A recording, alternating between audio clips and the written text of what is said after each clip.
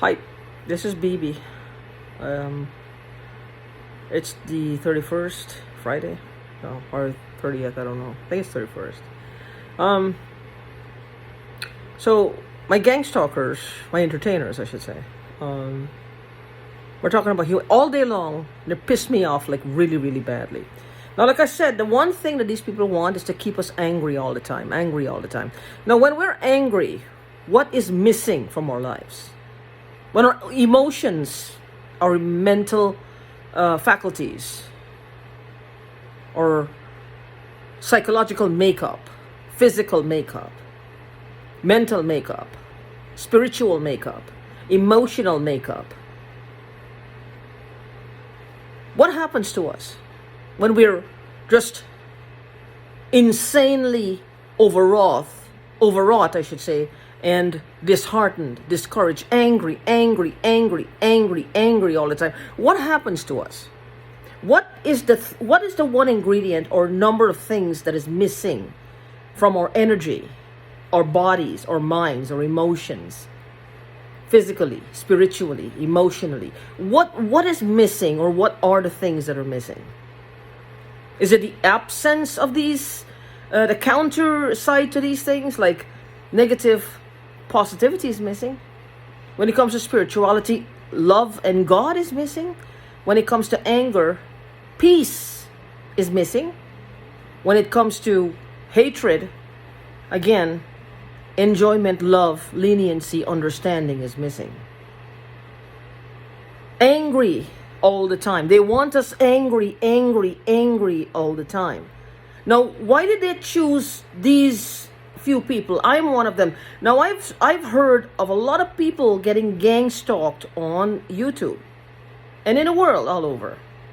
But it seems to be only some of us who are getting like every bit of tool, or every tool that they have in their arsenal everywhere, used against us.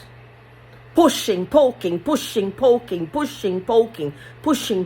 to rip us apart, to literally rip us apart. If they could put us on the ground and just open up our chest cavity and rip us apart, they would.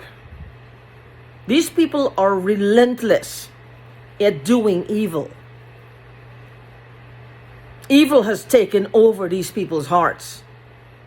And I don't care bullshit, but evil or not, there are certain laws that govern their physical behavior. And these laws don't relent if you're evil, or you let evil in, or you're a spiritualist or not. It goes for everyone. Every person under the sun, mentally retarded or not, spiritualist or not, evangelist or not, veteran or not. It doesn't matter. It doesn't matter the color of your skin. The same set of rules and laws you must abide by. And the government needs to take control and rip these fuckers apart. Rip everything. Now they've bought houses, they hid stuff, they're hiding stuff in children's names, making up fictitious names and hiding stuff. So there's let's touch on this briefly. There's something coming. They're hoping will change a few things, where the militia would take over, but then they're like hoping for a few select group of people. This is the thing I think Trump was talking about. That the militia will take over, but then it will be under martial law for a brief period. But then there will be, the governing bodies are going to change. It's going to become more, not even state and city, but certain organizations will control all the funding. I don't know if that's a good idea.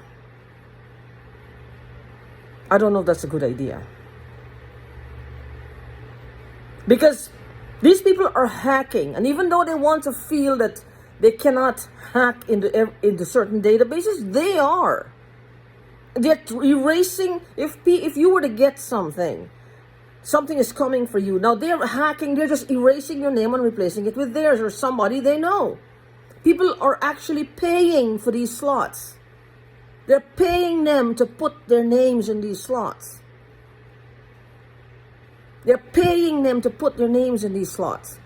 There's a change coming. And they want to be where they're like the Rockefellers and the Rothschilds and the the people with big money, that they can control the world's economy. This is what they're priming for.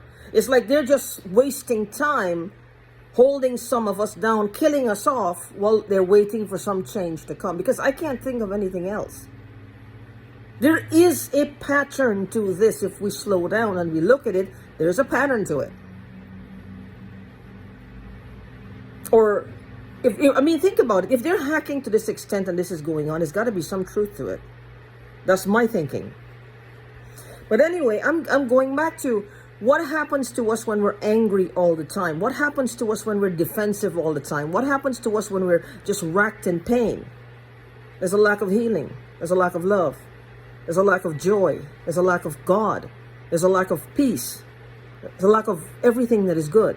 And they're keeping us constantly like almost like we're supposed to, or they feel, this is again based on what they believe, not us. They started this war. They're the ones who started this war.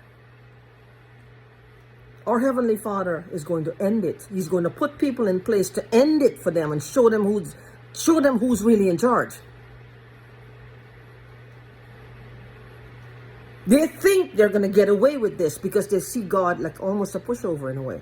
Because he's soft, he's just forgiving, he's a happy God, and they're taking advantage of his love.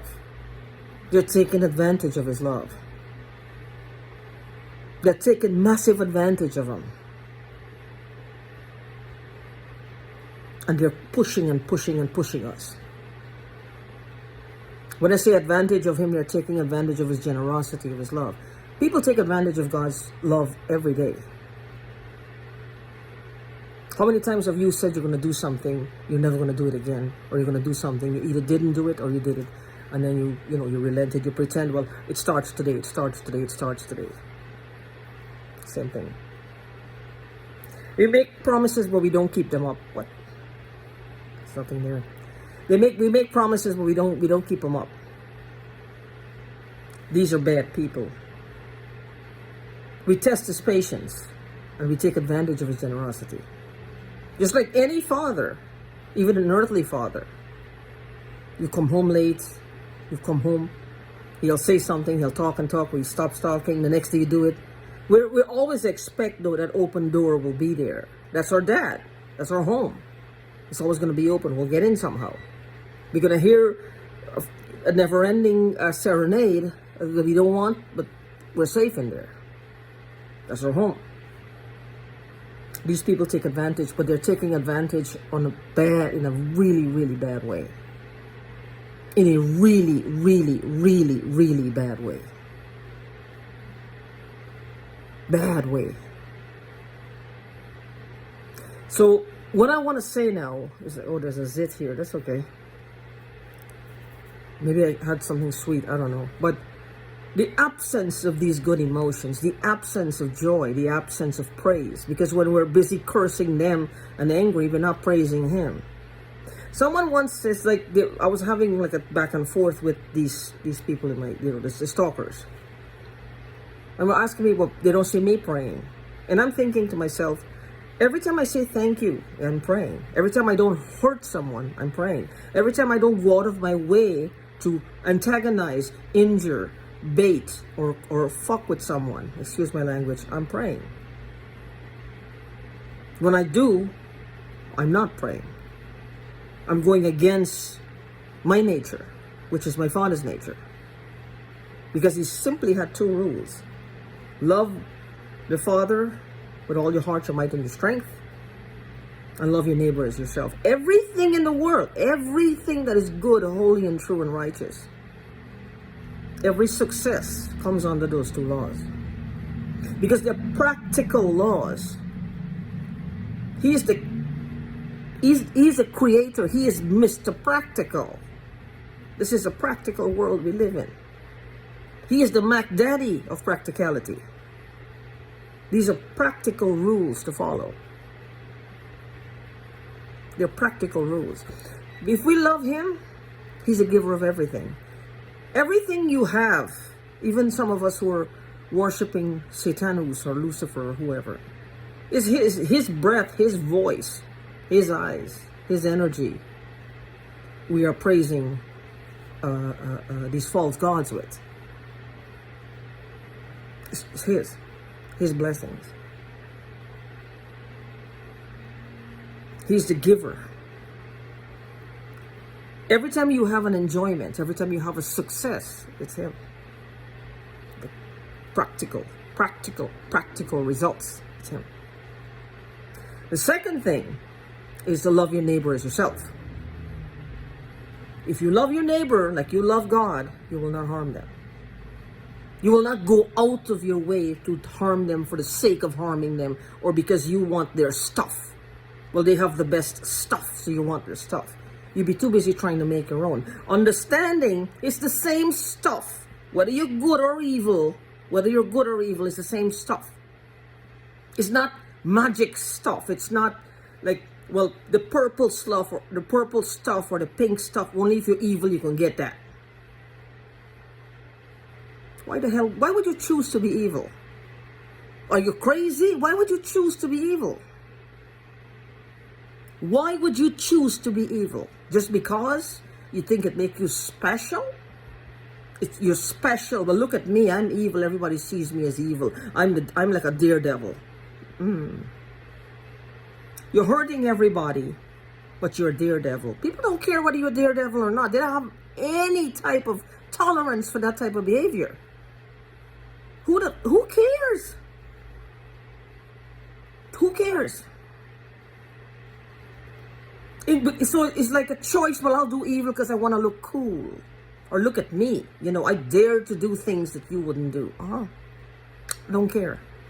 Because you're hurting people.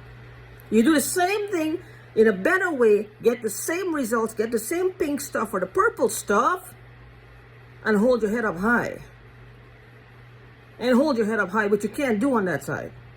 Because it's a veneer. And people will see through it after a while. So, look at all the things that we're lacking when we're angry. And these people need to get a fucking clue. They really need to get a fucking clue. Excuse my language.